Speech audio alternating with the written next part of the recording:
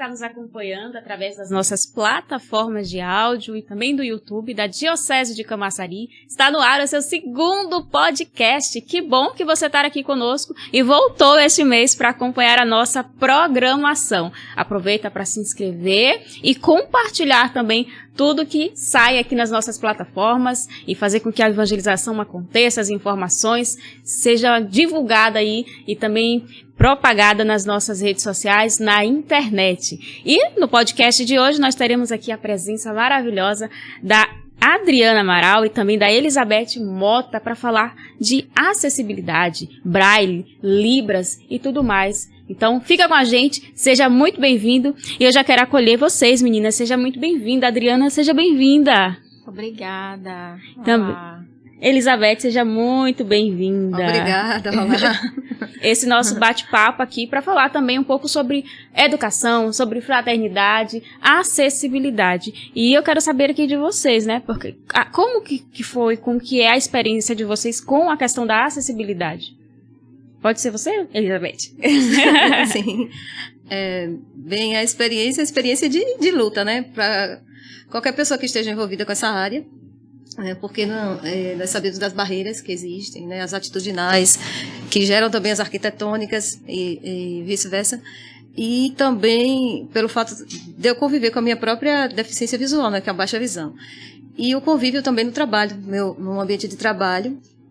Que eu sou professora de pessoas cegas e pessoas, inclusive algumas que adquiriram a deficiência, e a questão da acessibilidade é um problema, porque em qualquer setor a gente vai se deparar com alguma barreira para quem não enxerga, porque o mundo é visual, né? E nós estamos aqui para tentar, de alguma maneira, facilitar para que essas barreiras sejam minimizadas ou rompidas mesmo, né? Se depende de atitudes melhores, atitudes mais fraternas ou legais também, né? Dentro da legislação, que isso aconteça, para melhorar, para que seja uma sociedade onde todos têm seus direitos, né? Que possam exercer todos os seus direitos, independentemente de ter uma deficiência ou não. Uhum. E você, Adriana, conte um pouquinho a sua experiência, né? Você que é intérprete de Libras, como é que a Libras chegou na sua vida? Então, eu tenho um filho, né, que ele é surdo, e logo quando ele nasceu, ele teve um problema, né, logo que nasceu, e aí, 2 anos depois, o médico, na verdade, quando ele nasceu, o médico pediu para ele para observar, né, devido ao que ele teve, algum comprometimento, né, alguma sequela, na verdade. E aí eu comecei a observar, né, a questão da surdez, tanto que quando os médicos do SARA vieram com o exame, eu inclusive já sabia por conta de estar ali acompanhando. E aí fui, né, buscar saber, né, e agora qual é a minha parte, né, o que eu posso fazer com essa situação. E aí me encaminharam para o CEPRED, onde tem o aparelho auditivo, né, lá em Salvador. E aí fiz todo o processo, né, de aparelho auditivo, e aí ele conseguiu adquirir o aparelho, mas começou com a fono também, só que aí aquele processo assim mais demorado, né, ele falava, começou, né, a atingir uma certa idade, né, com 6 anos, na verdade, ele já queria, às vezes, né, aqui tem um copo de água, ele apontava, mas aí tinha coisas que ele, aqui eu sabia que ele queria água, que ele queria comer, né, mas tinha coisas abstratas que eu não conseguia, ele queria se comunicar, né, de alguma forma, e aquilo já estava ficando bem complicado, né, bem difícil. Então, aos 6 anos de idade, ele já estava quebrando até as coisas dentro de casa, né, dando crises, e aí os médicos queriam passar medicação, ele nunca tomou medicação, né, porque não, né, fez todos os exames, né, deu normal, não tinha nenhum comprometimento. E aí foi quando uma amiga falou comigo da Libras, né, aí há mais de 10 anos atrás. E aí eu fui fazer um curso em Salvador de Libras, primeiramente, fui para Salvador, e aí quando eu cheguei desse curso eu comecei a ensinar para ele, né, no dia a dia fui ensinando aqui, né, o que é tangível e o que é abstrato também eu comecei a ensinar também, na verdade na dinâmica mesmo do dia a dia, né, nos acontecimentos eu ia ali inserindo os sinais, e aí ele foi, às vezes a gente ia para algum lugar e passava pelo pedágio, eu fazia o sinal de pedágio, aí ia lá, e aí ele aprendendo, né. E aí, o pessoal do CEPRED também entrou em contato comigo para que eu fosse para para fono em Salvador com Libras, né? E aí lá eu conheci Desirê, que é uma profissional excelente que me ajudou muito, né, nessa caminhada. E aí lá ele começou a fazer uma vez por semana também ter esse contato, né? Só que era muito pouco, né, para o desenvolvimento dele. Ainda estava tendo uma série de problemas, né, em casa. E nessa época ele estava na escola também ou não tinha nenhum acesso à escola? Não. Na verdade ele ia para a escola, só que as escolas não tinham, né? Ele ia, ficava na escola, não se comunicava, né, de forma nenhuma. Então aí eu comecei toda quarta-feira pra fono em Salvador, era 40 minutos de fono, né, passava um tempão no ônibus, e aí chegava lá, e aí Desirê me ajudou muito, e lá nessa fono eu conheci umas mães que os filhos estudavam numa escola de surdo, lá em Salvador, na fono. E as mães sempre me falavam, né, dessa escola de surdo, mas eu falava, mas eu tenho uma filha, né, como é que eu vou deixar ela ir todos os dias para Salvador, né? E aí, só que aquilo foi me incomodando porque a Adrian também tinha uma necessidade. E aí a gente começou a ir para tomar uma decisão, eu lembro até hoje, né, a decisão que eu tomei, eu deixei ele na escola, ele estava na escola regular. E aí quando ele chegou na escola, tava fazendo a oração do Pai Nosso, né? E aí, quando ele chegou bem no final, todo mundo fez assim, amém, com a mão. Ele fez, repetiu, né? Repetiu aquilo, ele não sabia nem do que se tratava. Ele fez assim, amém, quando eu tava deixando ele, né? E aí ele olhou pra mim assim, com aquele olhar, né? E agora, né?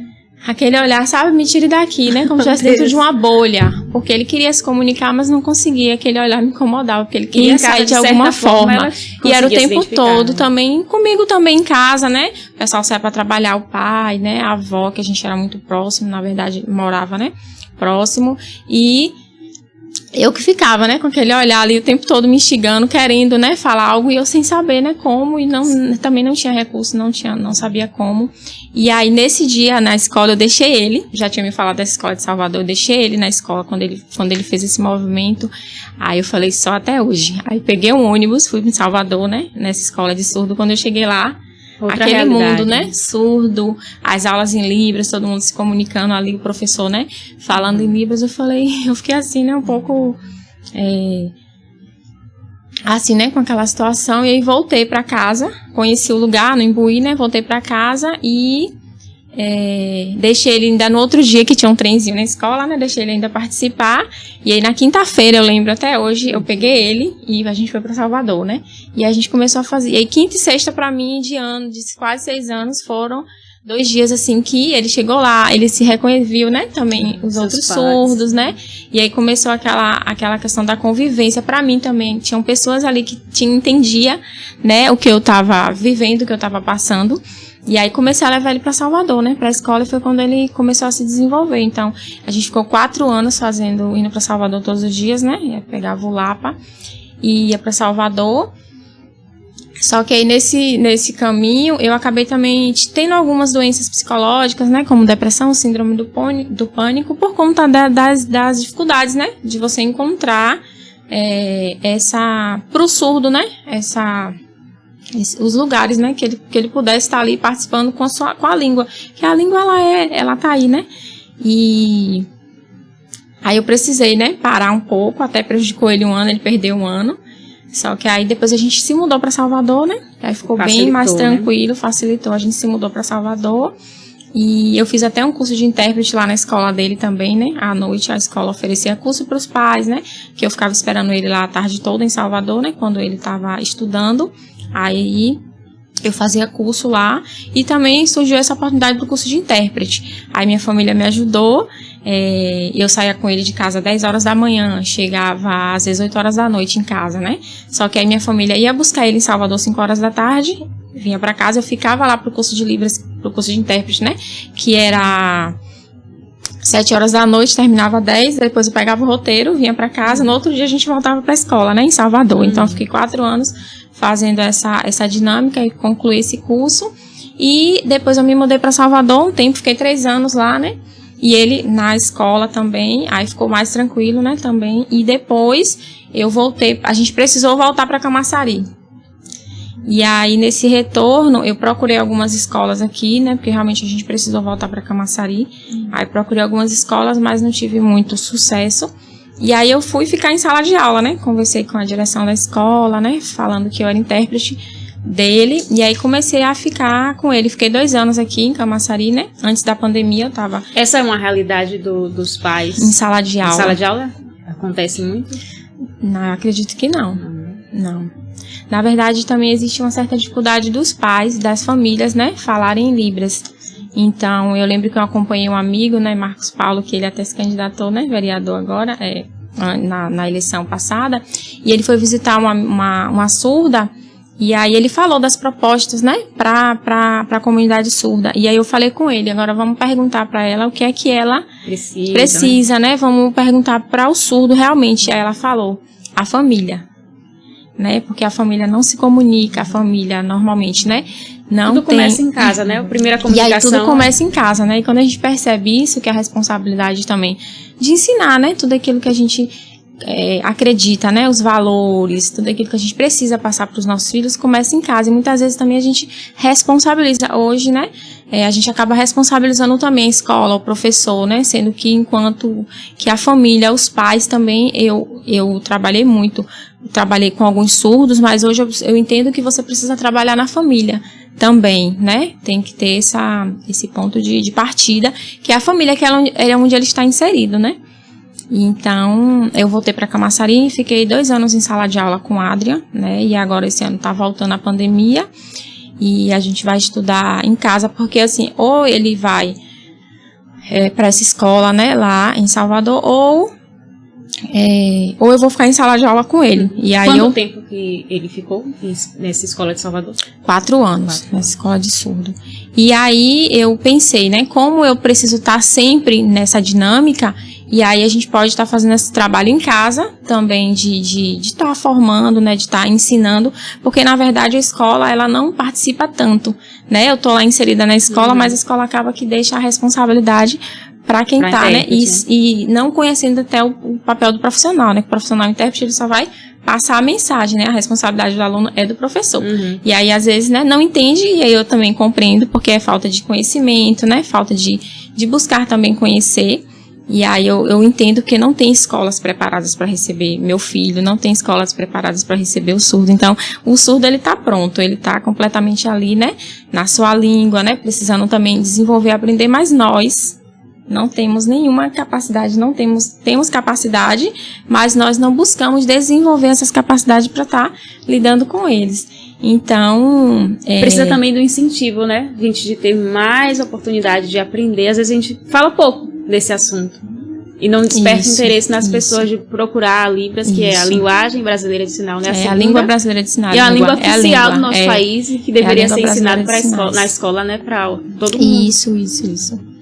Então, acredito que essa falta mesmo, né, de conhecimento das pessoas, né, de buscar conhecer, de buscar saber, né, o que é de fato a Libras. E você, Elizabeth? O Braille, né? Você que tem a baixa visão, é instrutora de Braille, e de acordo com sua própria realidade, né? Você viu a sua necessidade pessoal de aprender também, para poder se desenvolver na escola. Conte um pouco como foi sua experiência, né, da sua juventude. Sim. Quando eu era adolescente, descobri que não enxergava bem, digamos.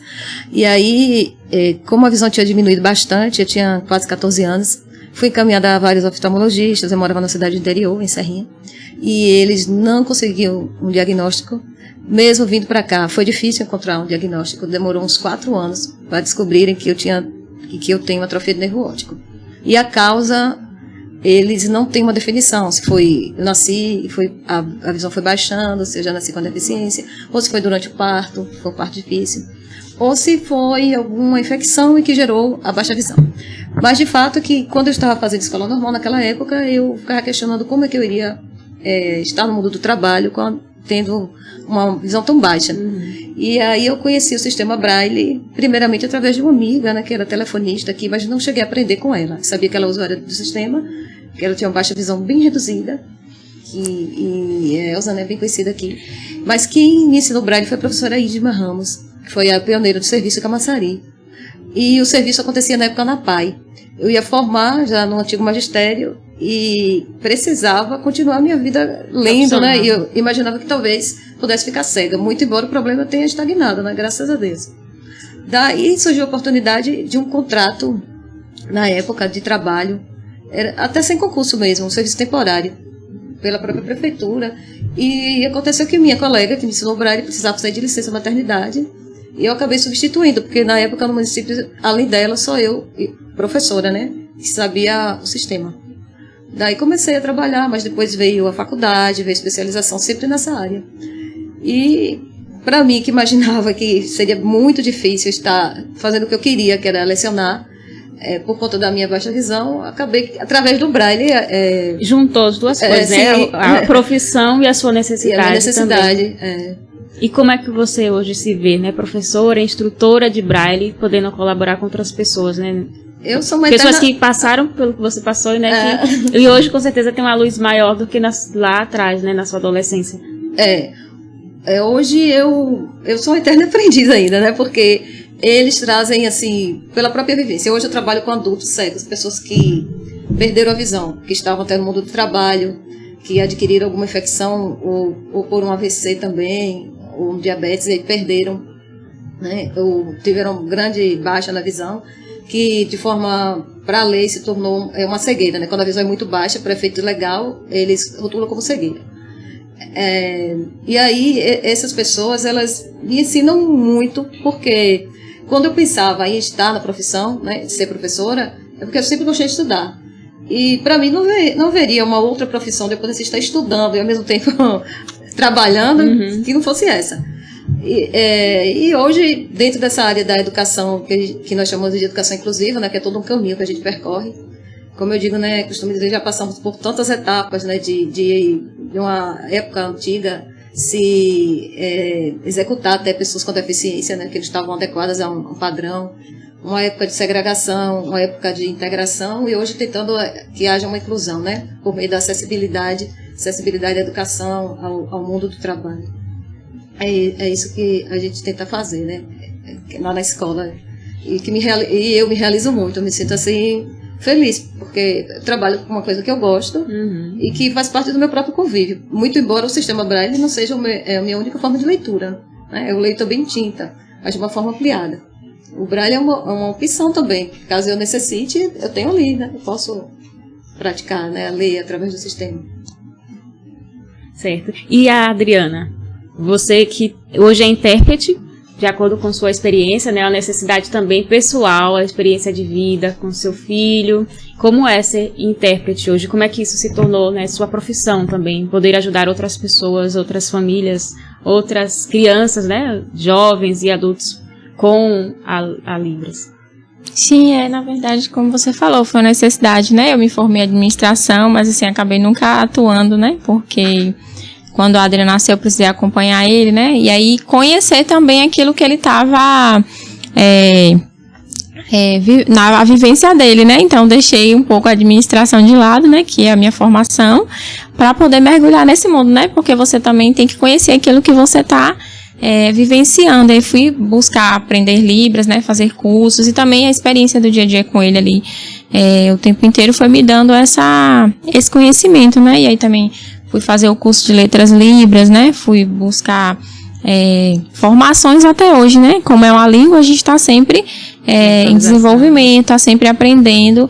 Então, hoje até fui chamada para trabalhar, não me via assim, trabalhando profissionalmente como intérprete, né? Em uma empresa, porque meu objetivo sempre foi Adrian, sempre foi meu filho, sempre foi levar para ele conhecimento, né? Sempre foi levar para ele os assuntos, né, atuais do que está acontecendo no mundo, de estar deixando ele sempre por dentro. Então estava ali sempre buscando aprender para passar para ele e até para ajudar na escola, né, nos conteúdos. E acabou que eu comecei a trabalhar, né, como intérprete profissional e também estou fazendo uma certificação, né, para que eu possa trabalhar, né, de terapeuta, para também atender em Libras, né, porque eu precisei agora também de um profissional. Na verdade, eu fiz administração, mas eu também sempre fui pro lado da psicologia, né, do desenvolvimento humano e os conhecimentos da igreja também, né, que a gente busca para poder estar instruindo os filhos, né, para poder estar levando uma educação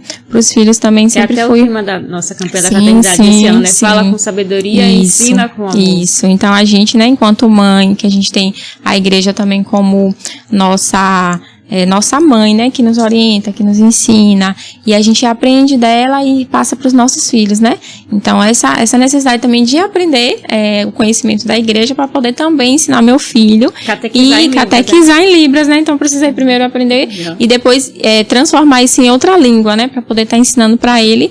E foi nessa dinâmica, né, que eu também estava fazendo esse curso para trabalhar com o surdo, né? Porque, como eu estava falando, na pandemia agora eu procurei até um profissional, assim, de Libras nessa área. A gente não encontra, assim, né?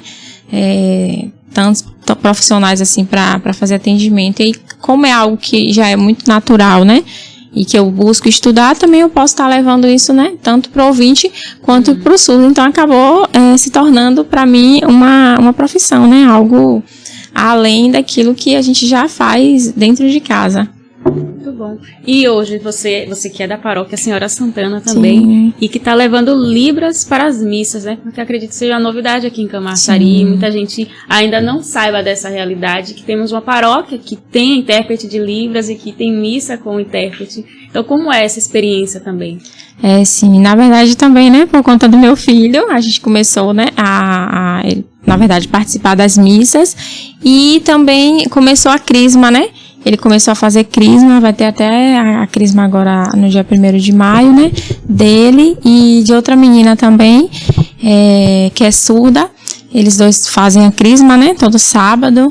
E as missas em Libras, né? A crisma fala muito, né? Da importância, ensina, orienta eles, né? Da importância das missas, de estar colocando Deus, né, acima de todas as coisas, né, pra gente que é católico, as missas aos domingos, e aí eu comecei também, né, por conta dele, nessa dinâmica de estar levando, eu até conheci, né, essa menina também, essa surda que também tá com ele na crisma. Eu fui chamada para interpretar em um grupo de dança, né, onde o esposo dela tava com outra menina surda fazendo dança. Eu resisti porque eu não gosto de trabalhar assim profissionalmente, né, mais aqui pro lado de casa mesmo. E aí, né, eu ouvi essa insistência, e quando eu cheguei lá, encontrei ela, né, que tinha essa necessidade e não sabia. A gente começou a conversar, né, ela perguntou se era intérprete de Libras, e aí eu falei que ela disse que era da igreja, mas que aqui em Camaçari ela era de Maceió, estava 2 anos aqui, mas que nunca soube, né, e que ela tinha esse incômodo, porque ela nasceu no dia 8, né, consagrada a Nossa Senhora. E aí, quando eu falei, a gente pode começar, né, você pode começar a crisma, né, começou agora, né, no início do ano passado, e aí ela, imediatamente, ela já se inscreveu, se matriculou. E acredito também, né, que outras pessoas que também conheçam, né, que possam saber também, né, que Santana tem hoje esse trabalho, né, de Libras que a gente faz. Tem outra menina também que a gente tá começando, né, ela também tá, começou, né, a me ajudar também a interpretar. Então, a igreja, né, em si é o que a gente precisa levar mesmo, né, para os surdos, a palavra de Deus, né, para que eles tenham acesso. Forma de inclusão, né, que a gente precisa também trazer para dentro da igreja, para dentro da religião. Isso. Existe a pastoral do surdo, né, quem sabe é uma oportunidade também da gente estar trazendo para a nossa diocese, implantando uma pastoral. Sim. Então, eles fizeram agora também o curso Nova Vida, né, da Escola de Evangelização Santo André, eles participaram. Tanto Adrian como Liliane, né, que foi da Crisma, esse curso, né, a Crisma pediu para que tivesse esse curso para os crismandos. Então eles, enquanto crismandos, também participaram desse curso, né, foi aqui na Cúria, e aí eles fizeram esse retiro, né, de 2 dias também, pela Escola de Evangelização Santo André, em Libras, né. Então foi essa necessidade, né, por conta do meu filho, que eu acabei estando, né, nesses lugares hoje que eles têm acesso, né, como a palavra fala, e de por todo mundo, né, e ele levar o evangelho a toda criatura. Então, nós, enquanto igreja, né, temos essa missão, né, de levar para todos, né, a palavra de Deus. Em relação às missas que você faz a tradução, tem algum dia específico para que, quem sabe, né, a comunidade possa procurar a Paróquia Santana? Não sabia disso, agora procurar a Paróquia Santana também para participar de celebrações no dia que você esteja também. Tem horário específico? Assim, sim. Geralmente é domingo à noite, né? E aí sempre os surdos eles vão domingo à noite, né? E aí até você falando isso, a gente tá vendo a possibilidade, né? De estar fixando um horário, né? Que seja assim, para que todos possam participar, né? Mas normalmente é no domingo à noite. É interessante, eles participam. Né? Porque aí já sabe que a Paróquia Santana, na Gleba ali do Padre Fernando, né? Nosso Padre Fernando querido. E então, qual é o horário? 19 horas na Paróquia Santana. Então podem procurar aqui a nossa amiga Adriana, a nossa intérprete, né? Sim. Também tradutora da Libras, para essa celebração. Tenho certeza que outras pessoas vão aparecer, né? É uma necessidade. Verdade. É uma necessidade que é latente. A gente precisa estar incluindo, abraçando e amando essas pessoas, né? Educando na fé. O importante é educar na fé, né? Isso. Não só aprender o Libras, a linguagem brasileira de sinais, para a vida profissional, para a vida estudantil, mas a gente precisa também alimentar a nossa fé, né? Com a espiritualidade e trazer para a igreja. E graças a Deus, ele vem suscitando pessoas como você, né? Que vem trazendo a Libras aqui também para a nossa comunidade. Elizabeth, como é aqui em Camaçari, né? Você falou dessa escola que você começou, que você ensina. Onde que pode aprender Braille em Camaçari? Como é que funciona? A escola é o Centro de Apoio à Educação Inclusiva, a escola onde eu trabalho, e oferece o curso de Braille para a comunidade. Esse ano ainda não foi aberto, porque nós retomamos, né, do pandemia, remoto, né? Esse contexto de pandemia. A escola está passando por uma reforma. E depois disso eu acredito que a gestão organize o Braille para a comunidade. Geralmente para professores e para pessoas interessadas. Família, é muito interessante, né? Quando a família, fico feliz, né? Por Adriana, né?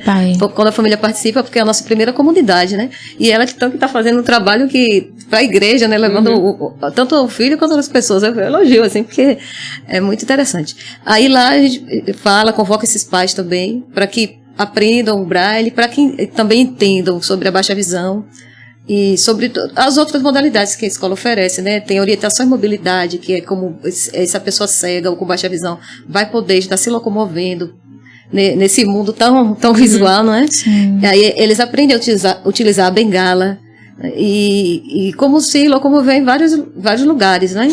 Então é mais do que simplesmente a língua Braille, né? Ainda tem todo um contexto, né? É o sistema Braille, na verdade, que é o sistema de leitura e escrita, né? E pode para qualquer língua, inclusive para símbolos de música e tudo mais.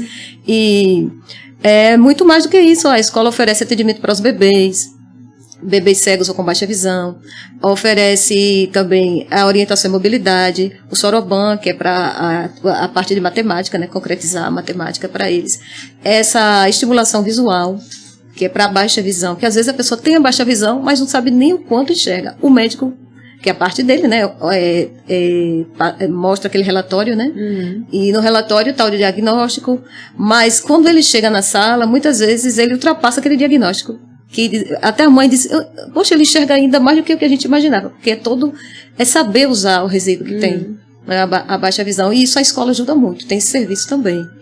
E para os adultos cegos, que é a educação de jovens e adultos na parte de estimulação tátil, para aqueles que não tinham tanto costume, não precisavam do Braille antes, mas perderam a visão. Aí tem a reabilitação visual, né, e a habilitação na área do Braille, a reabilitação visual para quem tem a baixa visão, e a questão do tato para quem não enxerga nada, né, no caso. E como é que faz para se inscrever, de repente? Assim, liga lá para telefone. Quem tem, geralmente entra o quê? Com relatório médico. Quem tem, você está falando para quem não enxerga ou para alguém da comunidade? Não, para quem percebe que... sim. Geralmente, quem percebe que tem uma deficiência visual... Sim, que precisa... Passa por um oftalmologista.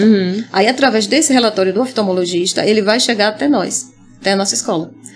Aí lá, só atende a comunidade camassariense? Nós temos alunos de Dias Dávila, de Mata de São João também. Já tivemos alunos de Lauro de Freitas. Hoje não mais, mas Mata de São João e Dias Dávila, além de Camaçari, sim. Você falou do ensino à distância, né? Nesse período da pandemia. Como é que funcionou? No caso, a educação, né? De Braille à distância, né? Imagino que seja um desafio, né? Foi um desafio. Na verdade, eu vou falar particularmente do grupo que eu trabalho, minhas colegas também de educação física, imagina educação física para um cego à distância, né? Minha colega também tem que se desdobrar, né? Foi um aprendizado novo, né? Tanto para os alunos quanto para nós.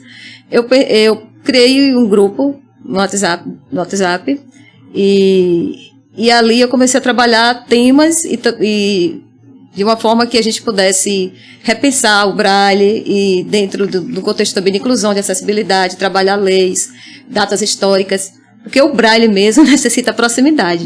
E eu disse a eles, né? Vocês vão voltar a ser com déficit por conta com prejuízo, por conta dessa pandemia. Eu reconheço, mas é o que nós podemos fazer nesse período de pandemia.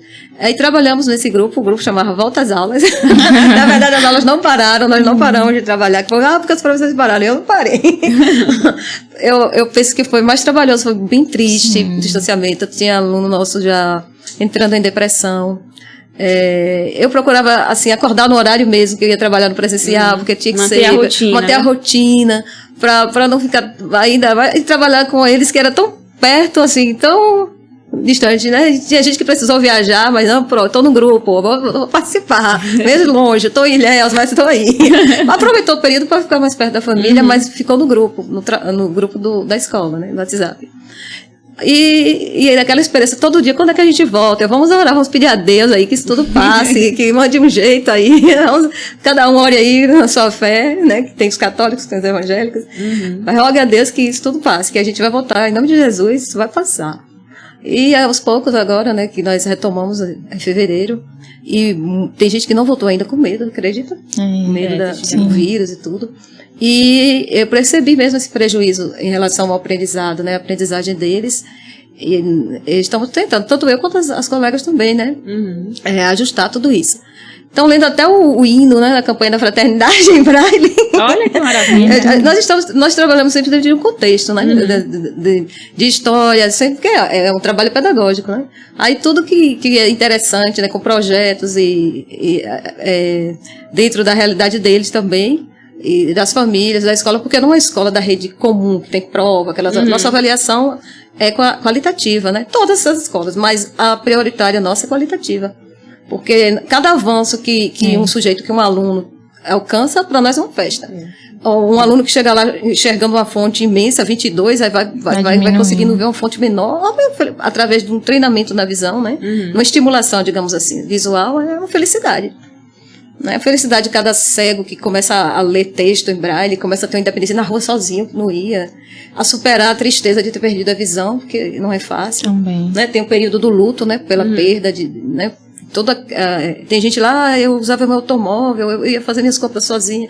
Sim, agora é um outro mundo, olha os seus pares, né? E interessante essa questão dos pares, né? Porque aí a experiência da outra pessoa. Quanto pode se desenvolver, né? Sim. E com certeza um motiva o outro, né? Verdade. E a professora também é uma inspiração, espero que esteja motivando. Não, é uma inspiração, né? Porque sua própria história, né? Porque se fosse um outro professor que enxergasse totalmente, poderia ser simples para ele querer só ensinar, né? Mas você tem sua própria experiência de vida, tudo que você passou. Quando eles ficam se queixando do Braille, eu também leio contato. Eu consigo ler o Braille contato, que com a visão, mesmo com óculos, não dá. Eu digo, qual é o problema aí? É porque tá difícil, não é difícil? Nossa, eu não teria aprendido, que eu não sou nenhum gênio.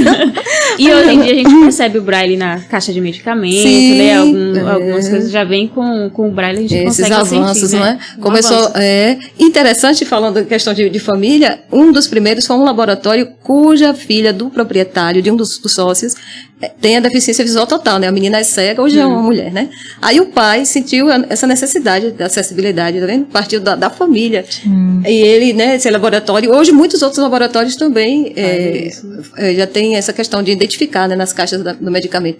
Temos uma aluna lá com 83 anos, que toma a medicação dela em casa sozinha, e usando lá as caixinhas, né, com o Braille escrito. Isso é ótimo, isso é inclusão, né? AVA, né? AVA, Atividade da Vida Autônoma. Eu tinha esquecido de falar, né? Atividade da Vida Autônoma.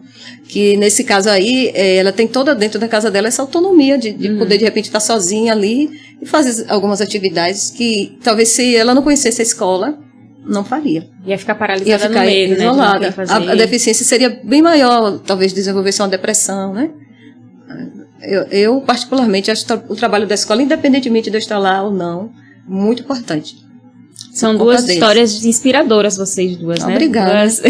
Tanto a Adriana, tanto você, Elizabeth, aqui a gente agradece por essa partilha, por esse momento de estarmos juntos crescendo também, né? Conhecendo outras realidades, porque a gente, quem não convive com uma pessoa que tem cegueira, ou então que tem a limitação, né, de linguagem, a gente pode pensar que seja mais fácil, mas não é, né? Sim. Cada um tem sua própria limitação e a gente pode aprender também a lidar com isso para conviver com outras pessoas. E graças a Deus as oportunidades também estão surgindo, né? Para que a gente aprenda, conheça, entenda, para poder entrar no seu mundo, e de várias formas se incluir também, né? E aprendendo e crescendo. Espero que você de casa também, que esteja nos acompanhando, possa ter aprendido, que eu aprendi bastante aqui nessa nossa conversa e que tem sido muito, muito boa. Também gostaria muito de agradecer pela oportunidade, né? Pela oportunidade de conhecer a Elizabeth, né? Também é uma experiência maravilhosa. A gente fala tanto, né? A gente que é um pouco egoísta, né? A gente fala tanto de que o outro, né, não olha pra minha realidade, que o outro não entende, né, porque também não vivencia.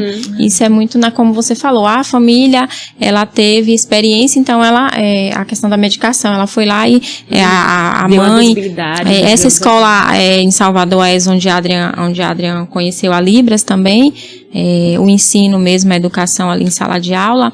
A mãe também tinha um filho surdo, tem um filho surdo, né? Então ela criou essa escola, a ESOS em Salvador, onde os surdos eles podem estar ali, né? Buscando essa e aí tem a seriação, né? Eles estão ali inseridos. Então geralmente é de uma parte, né? De uma necessidade, e a gente passa também ter esse olhar com o outro, né? De misericórdia, de que o outro não tem conhecimento, né? Eu fui passando pelo processo, fui sendo curada, né? O Senhor foi me ensinando, foi me mostrando que aquelas pessoas ali não tinham conhecimento, aquela necessidade que eu tinha, né? E aí ela fala hoje da experiência dela, eu também tenho que buscar conhecer um pouco, né? Me chamou a atenção porque eu não conhecia essa realidade, hoje eu conheço, né? Ela vai e ensina pra nós, né? Essa realidade também, a gente sai um pouco daquilo, né? Do eu, do ego, do egoísmo, né? De achar que só eu tenho uma ferida, só eu, né? Porque a gente não encontra às vezes, né? Mas assim, ter esse olhar mesmo, né? De misericórdia com o outro e agradecer, né? Essa oportunidade de estar aqui com vocês nesse dia e poder, né? Também saber que a gente pode contribuir de alguma forma, né? O que você diria, Adriana, para um pai, uma mãe que de repente, né, tá com essa situação, que se viu como você, né? Sim. Você, quando tem uma criança, quando nasce, está cheio de expectativa, né? Espera que venha perfeito e tal, mas surge uma deficiência, uma limitação. O que é que você deixaria para um pai, para uma mãe de família? Hoje buscar, né, conhecer o que é que de fato, né, a surdez, né, ou quando a gente tem alguma outra deficiência, né, buscar conhecer primeiro, aceitar, né, porque aquilo ali é algo que veio para nós, né, e aí buscar também conhecer o que é aquilo, né, quais são os recursos. Hoje, como ela falou, já tem avançado muito, né, já tem muitos recursos, e que o pai e a mãe, eles são esses primeiros, né, responsáveis por toda aquela formação. Claro, muitas vezes a gente não tem o conhecimento, a gente não tem como, né, lidar, né, pra mim realmente foi um caminho, né, que eu fui fazendo, mas hoje a gente já tem aí algumas facilidades, né, algumas coisas que a gente pode estar acessando, então buscar realmente conhecer e estar ali no dia a dia, né, ensinando, né, e o professor, ele vai ser um segundo momento, ele vai ser uma segunda casa, né, que a gente não transfira, né, hoje até eu penso em um trabalho mais com a família, né, porque na família. Eu tenho vários casos, né, de amigos do meu filho que colocam às vezes no status que tá com depressão, que tá com alguma situação. Aí eu sempre falo, né, eu quero falar com ele, fazer chamada de vídeo, né, tô sempre ali conversando, porque às vezes o pai ou a mãe não sabe se comunicar em Libras, não sabe, né, nem o que o filho tá sentindo, nem o que o filho tá pensando, né, e aí precisa dessa comunicação. Então acho que a família é a base, né, de tudo. A igreja, ela vem nos orientar, né, a gente às vezes não sabe, né, para que caminho ir. A igreja, ela dá um norte pra gente, ela diz o caminho é esse, né, só tem um caminho. E aí ela nos orienta para que a gente também oriente os nossos filhos, né. Então a família, ela precisa mesmo buscar esse conhecimento, né, na deficiência, e como melhor, né? E eu sempre falo isso, né? Até onde eu posso ir, né? Porque eu não posso ir, a mão de Deus ela entra, mas até onde eu, Adriana, sou capaz de ir, né? Até onde eu posso buscar melhorar a vida, né? Desse filho, né? Que tem uma deficiência, né? Para tornar o mundo dele melhor. Obrigada. Elizabeth, qual que é a sua mensagem, né? Eu gostaria muito de agradecer, né, pela oportunidade e agradecer a Diocese, né, na pessoa Kívia. Agradeço também por conhecer a Adriana, né, saber da realidade dela como mãe, né, o que ela está fazendo nessa área para o filho dela ser incluído e outras pessoas surdas também. E falar como pessoa que tem deficiência e também como professora, que a cegueira ou uma deficiência não é um final. Tá ali e aprender a lidar com isso. E para a pessoa que tem alguém na família, um amigo, um colega, um vizinho, tentar ajudar, fazer um encaminhamento, tentar ver se existe um atendimento, que às vezes a própria pessoa não tem força para procurar, né? Principalmente quem perde, né? Quem nasce de uma forma, às vezes a família até já sabe, a criança vai procurar, mas é uma pessoa que adquire já numa certa idade, já tem uma certa dificuldade, talvez por vergonha, por medo. Aí é pensar dessa forma e tentar minimizar, né, para essas pessoas as barreiras, né? Tentar ver a melhor forma possível de estar trazendo acessibilidade para quem tem deficiência. É importante que o mundo seja mais igual, né? O melhor, que seja bom para todos. É isso. Muito grata pela oportunidade. Eu que agradeço a presença de vocês aqui no nosso podcast. Você que está nos acompanhando em casa, eu aproveito para lembrar que o nosso podcast ainda está sem nome, mas que já está disponível no site da Diocese de Camaçari, para que você possa sugerir um nome para o nosso podcast, para que no próximo mês, na nossa próxima edição, já tenha um nome a partir daquilo que você indicar. Então, vamos coletar as informações, as sugestões, depois fazer uma enquete, uma votação. Então, vamos deixar disponível no site da Diocese de Camaçari. Vamos ter esse voto popular para poder escolher o nome. Então, as meninas aqui já estão também. Pode sugerir o nome do nosso podcast, que a gente está aqui com o coração aberto para poder fazer também acontecer com um nome novo, podcast da Diocese de Camaçari. Esse podcast tem vários, né, várias opções, vários nomes, mas a gente quer um que fique marcante para a nossa apresentação aqui, o nosso programa. Então, o nosso prêmio será um texto abençoado pelo Papa Francisco. Então, você que está em casa, se fosse você se inscrever agora mesmo, entrava no site, já indicava o nome, porque aí você poderá ganhar um texto abençoado pelo Papa Francisco, onde o Senhor vai entregar pessoalmente para você.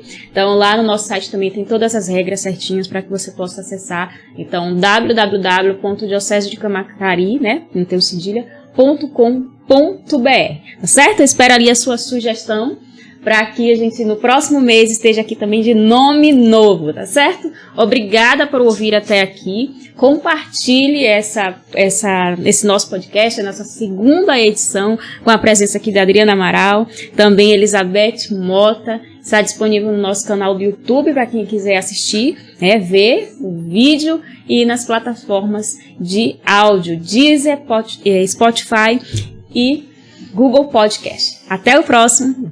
Tchau, tchau. Tchau. Tchau.